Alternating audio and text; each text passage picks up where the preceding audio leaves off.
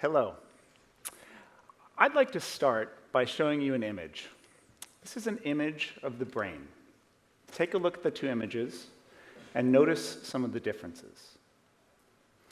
What you'll notice is that one of these brains is very active and the other one is not. And specifically, what's happening in this image is that these brains are reading.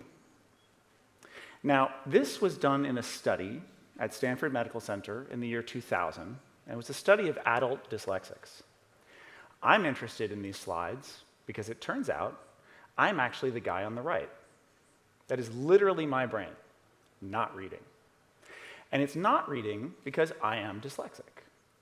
So when my brain, in the temporoparietal region of the brain, tries to read, you don't get a lot of activity. And this results in me having basically a bad cell phone connection to the page. Now, I wanted to start with this image because I want to tell you the story of the day I got it. And it was a moment of transition for me and of uncertainty. The transition was from feeling shame, feeling unworthy, because I had been in special education and had been stigmatized, and feeling proud and realizing that I had strengths that I could play to. And in that moment, I had to look at myself and decide if I was ready to go to the edge and try on a new version of who I was. And this is how it went. I walked in to Stanford Medical Center. I was at graduate school in a different program at the time. And there's a researcher, and she's got a white lab coat and a clipboard, very official. And she's basically not looking happy. And she's like, okay, I don't know how to tell you this, but you're really dyslexic. And I'm like, good, that's good news. And she's like, good news. I'm like, yeah, no, that's good news. Like, yeah, okay, good, that's who I am. And she's like, well, you're in the bottom 15th percentile when it comes to reading in the general population. She's like trying to clarify that this is generally not good news. And I'm like, oh, that's awesome. That's really great, like that's really who I am, and like, I'm okay. And she's like, okay, you're in the bottom 1 percentile when you try and name a letter looking at it. And I'm like, nailed it! And at that moment, I began to realize that there was an opportunity for me to actually just own this thing I was and not hide from it. And that's what my talk's about today. It's about the idea that you can move from having shame in your life, because you absolutely have some. The alternative is being a psychopath who never takes in outside information. And instead move to doing life by your strengths, because we should be measured by what we can do, not by what we can't. And specifically, I want to talk through some ways you may be able to put down some of your shame, and people you know who may be feeling it can put down some of theirs. So let's take it forward. This talk is not about dyslexia. It is about the general concept of shame. This is an image by Goya, and it is from the Spanish Inquisition. And this person has been severely shamed. And you can tell their face is down, they are withdrawn, they are hidden, they are hiding, because they don't want to be seen at this moment. And that is the moment of shame, to be cut off. It thrives on hiding. It does not want to be seen, and it runs from exposure. Now, the interesting thing about the dyslexia piece of it is that it's a particularly powerful form of shame, and it involves a lot of vulnerability. There's a wonderful talk on shame by Brené Brown, and she says in her talk that vulnerability can be easily defined as true courage. It's a wonderful thought, because when you're vulnerable, you take a risk. You step out, and you see how it goes. Now, from my perspective, this was not in my roots. Vulnerability was not part of where I grew up. I grew up in New Hampshire, right? Today, you're getting happy Northern California, Ben, right? I grew up in a state that mentions death in its motto, right? Live free or die. It's like, you gotta be a little nervous of a state where they mention death right on the license plate. And so And in New Hampshire, I mean, when I grew up, this was an era when, like, decorating in New Hampshire is buying a gun rack, okay? I actually had a medal from the NRA when I was 12 for shooting things because I was trying to prove I was tough, and in the local parlance, that's how you did it. So at that moment in my life, I was not open to vulnerability. Now, let me extend this to a broader model that you should think about. I want to give you just the parable of shame. And it goes like this. A young boy goes to his father and he says, Dad, I want to build a rocket. Do you think you might be able to help me with that? And the father, who's in his office, says, look, I told you not to come in here when I'm working. Go outside and I'll talk to you when I'm ready. The child pulls back. The child begins to wonder if they're going to get cut off from this incredibly important person. When you're a child, parents are life and death. They're literally life and death. They feed you, they clothe you, and if they attack you, you get cut off. And you may have had times where your parents attacked you, because you know what parenting is? It's basically screwing up and trying to figure out how to do it right the next time. So this happens, right? Now, on the other hand, the father has a choice. And he could go in there the next day and apologize and offer unconditional love, or he can do this. He goes to see the son the next day and he says, son, you wanted to talk to me about something yesterday. What was that about? And the son will react in anger. Nothing. I didn't want your help at all. Just stay out of my room. And the child is using anger to hide. When you get angry, people leave you alone. So he's hitting in order to clear the room. And his father, if he's not doing the right thing, if he's shaming, will say, you need to learn to talk to your elders with respect, close this door, and do not come out until dinner time. That's a very lonely moment. Now, let me tell you about dyslexia and why it's a particularly nasty form of this. In the clinical psychology, there's a gentleman named Gershon Kaufman. He's a PhD who studies the general topic of shame. And he has said, and I'm going to try and pull this exact quote because it's a really important way to put it. He has said that reading disabilities often match in intensity the level of shame associated with incest. I cannot think of a more shamed activity in our culture. And the notion that an adult who can't read can't express themselves and connect actually landed honestly for me. It felt real when I first heard that, upsettingly real. It's part of the reason that in the work I do with dyslexic kids, I see cutting, I see tendencies towards self-harm that are, on that par. And let me break it down for you why. Dyslexia is a perfect storm of shame.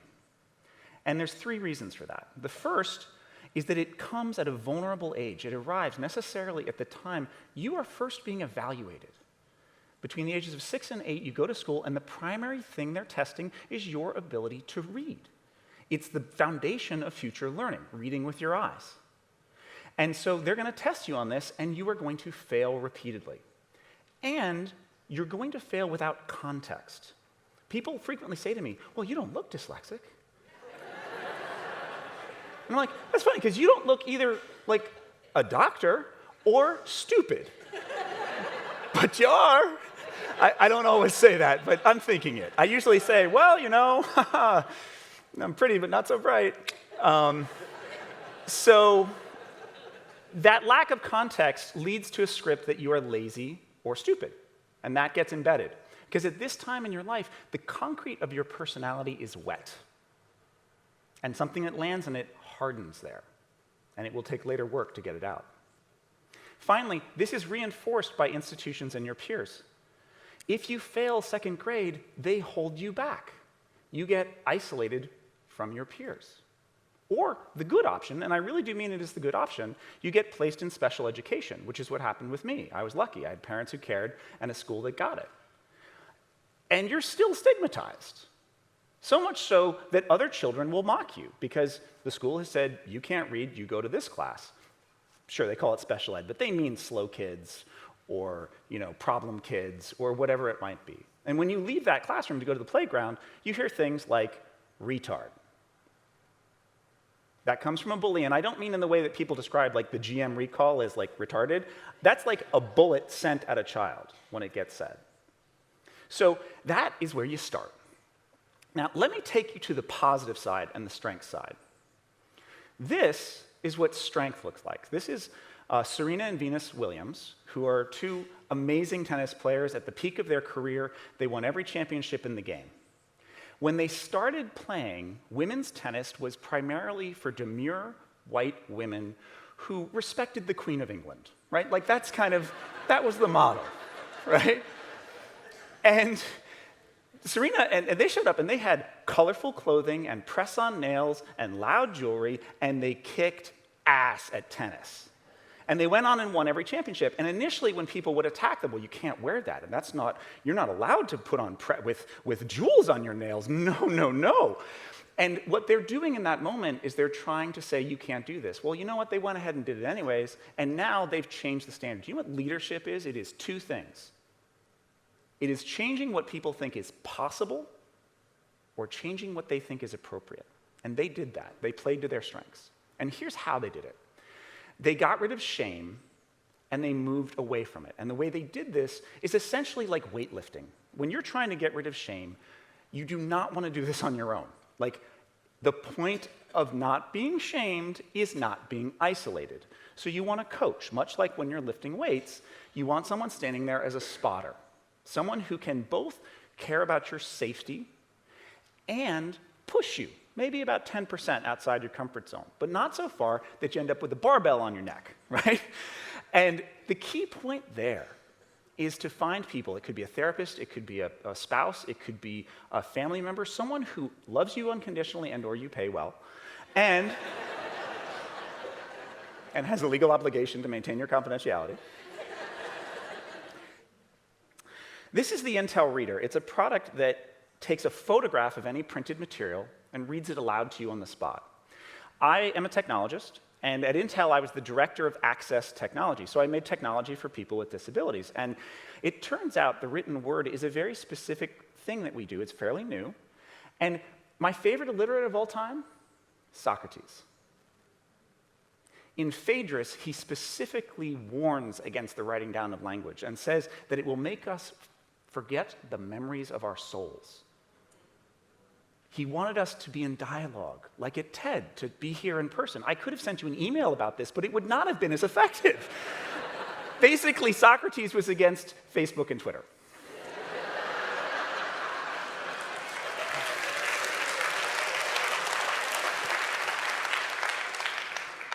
So we designed the device for people with macular degeneration and diabetic retinopathy and for dyslexics. And when we shipped it, it was great. I got 5 patents in the process. I had an amazing team that did incredible work in thermals and in RF design and the mechanicals and the lawyers who figured out all the safety stuff to get it into Europe and all that kind of stuff, right? We launch it, we get the New York Times, I'm on Fox News, I'm on CNN, this is going great. And then I see the headline on Engadget. Yeah, see, I can spot the non-dyslexics, because you all read that. What it says, for those who didn't, because there are dyslexics in the room tonight. If you want to clap, go ahead. Yeah, I know you're out there. And some of you aren't clapping, and you don't have to, because you might be a little scared to clap. But back to that. We'll come to that in a second. In this moment, I saw that, and I was like, oh my God, they wrote down what I thought about myself as a child. I was not happy at first. Lazy was not the 4-letter word that came to mind. But eventually I realized, thank you, you documented a bias. And this was wonderful to have. It's a great device. They left it up for 4 years. Got about 3,000 comments. It drove a lot of traffic. Not the most ethical thing to do, but hey. Now, recently, they took it down because a group of Twitter activists, I'm not against Twitter, started criticizing them for doing it. And they said, you shouldn't do this. Now, that is not shame. That is guilt, because it's something they did and it's something they can fix. Shame is feeling bad about who you are. It is an immutable characteristic that you can't get rid of, or it is a pattern that would be very hard to break, alcoholism. Versus something like putting up a stupid website. You could take it down and apologize, and then everyone's like, okay, that's cool. I like Engadget now. They did that. That's nice. So let me go back to the shame I felt when I was a kid that led to this moment. The shame I felt, this is sort of the darkest period for me. When I was 15, I wanted to make the varsity soccer team. And I grew up in a town that had 13 state championships, and it was basically a local hero if you made that team. So I trained in my sophomore year. I went out for goalie. I wasn't that fast, but I was tough. And as a result, I got all the way through tryouts to the last day. I knew they were going to cut at least one more person. And the last day, I made a stupid mistake. Ball over my net, over my head, into the net. I fell in my own net. The coach comes down, and here's the voice. Foss, you should have been on your line. You got to be more focused. I knew right then that I was going to be on a bad list. There was going to be a good list in the morning, and I was going to be on the bad list, maybe alone. So I leveled up while no one was looking, and I smashed my hand into the goalpost. I broke this bone on my finger. The bone was pressing up through the skin. And needless to say, they canceled practice. Now, the really messed up part was that I was proud because I'd changed the narrative. Foss didn't get cut, he got injured. And I didn't tell them how I got injured. But I wanted to believe that I was competent and I was willing to harm myself to do it. A terrible idea. The most important part of this is I did not tell anyone. I didn't tell my mom, my dad, my brother, and any of my friends until I published a book last year. Hi, Mom. So some stuff in the book I want to talk to you about. And what I did was I published a book on how to raise a shame-free dyslexic kid. It's how to empower your child. And so I brought it out, right? Now, here's the flip side. That's the negative. Here's the positive. This is a moment when I'm at Intel and I'm giving a speech, and I'm really not feeling great. So I take a bunch of Tylenol. I take like twice the legal limit, right? And 2 or 3 days later, I'm feeling terrible. I continue to take it. I'm checking out of my hotel, and I look at the bottle for like the 5th time. Readers again. Tylenol PM. For those of you who don't know, it's got a downer in it. So basically, I was like, wow. And I could have gone for 3 scripts. I could have gone for blame, I could have gone for contempt, and I could have gone for comparison. Those are the negative scripts. And instead, I went for, this is hilarious. And I saw a board member on the way out. I was like, you'll never guess what happened. The dyslexic guy who gave a speech on dyslexia is so dyslexic that he dosed himself. And we became friends over it. And it opened a door to communication. Now, how do you do that? Let's go over here. This is a picture of my best friend and his 2 kids, Asano and May, and they're wonderful joys. I love these children like they were my own. But before I talk about them, I want to actually do something vulnerable right here, right now. Roxanne, that's my girlfriend. Give her a round of applause. Yeah.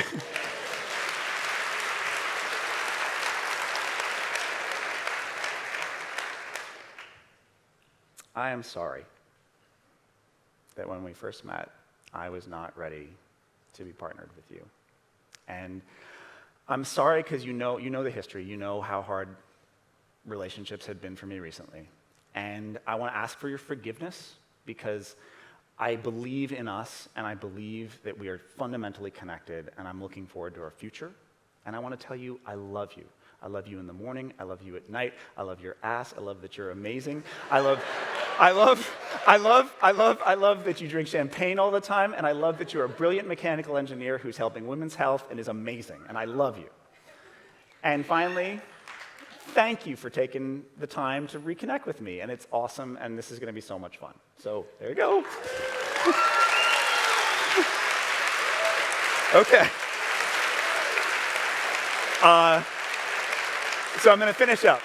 These kids are going to grow up, and I want them to end up like Venus and Serena Williams. I'm not saying they have to be tennis pros and that their father has to tape a racket to their arm, but I am saying that I want them to play to their strengths. And as they grow up, they're going to be given negative scripts. It could be that one of them has a disability and they get that attack, retard, right? It could be that their mixed racial heritage could lead to kids mocking them in school. They could internalize these scripts. It could be body image, it could be their intelligence, I don't know. But if they do, it'll be in the concrete, and to get it out, this is what you need to do. They will need to pick up an object of meaning.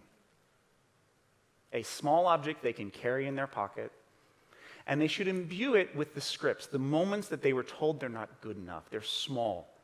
They should hide because of who they are. And they should carry it. And as they carry it, they should experiment with a coach and show it to close friends initially. Hey, here's this thimble, and it represents that my mother never really took me under her wing and taught me as a child. Here's this toothpick, and it represents that my father was a pushy guy who would chew this toothpick all the time and never say, I love you. Whatever it is. Hold that and do it in your own time. Carry it for as long as you need to carry it. And then put it down. Put it down when you've talked about it enough and been seen enough that you don't need to carry it anymore. You don't need to have it with you all the time. If you do that, you will be more connected, more authentic, and ultimately, you will be unstoppable. Thank you very much.